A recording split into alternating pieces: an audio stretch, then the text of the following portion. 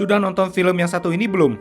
Judulnya Ride or Die, film Jepang yang baru rilis tahun ini di Netflix. Perkenalkan, wanita ini bernama Rei. Rei adalah seorang lesbian, yaitu penyuka serabi lempit. Tapi kok Rei menggoda pria ini di bar? Rei minum arak bersama dengannya. Tak lama kemudian, Rei pun naik mobil dan pulang ke rumahnya untuk quick-quick.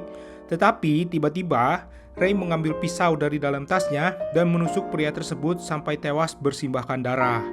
Apa gerangan motif pembunuhannya ini? Ayo putar mundur dulu ke beberapa hari sebelum tragedi itu terjadi.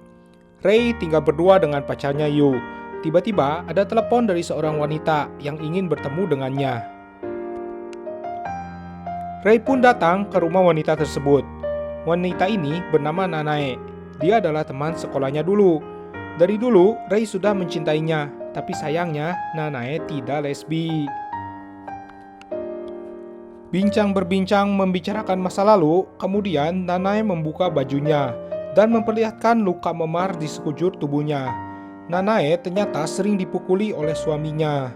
Nanae putus asa dan meminta tolong Rei untuk membunuh suaminya. Jadi seperti itulah kenapa Rei mencabut nyawa suaminya tersebut. Setelah peristiwa itu, Rei menelpon Nanae dan bilang kamu tidak akan terlibat dalam pembunuhan ini. Nanae pun mencarinya. Di jalan dia menemukannya dan kemudian bersama-sama mereka melarikan diri.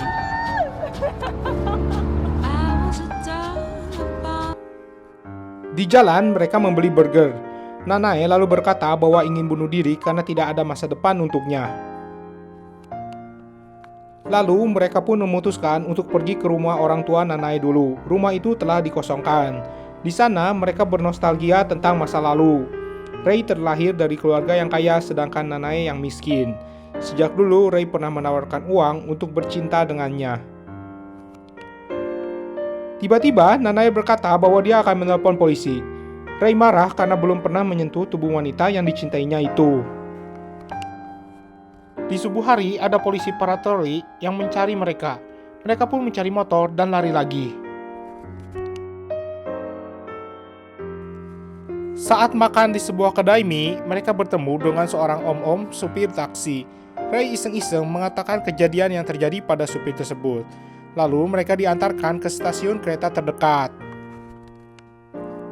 Malamnya, supir taksi itu kembali lagi sambil membawa makanan dan bir. Sambil minum-minum, si om-om itu pun melancarkan aksinya dan wik-wik dengan Rei di mobil. Rei wik-wik demi mendapatkan uang untuk ongkos naik kereta api. Malam pun berlalu, lalu mereka naik kereta.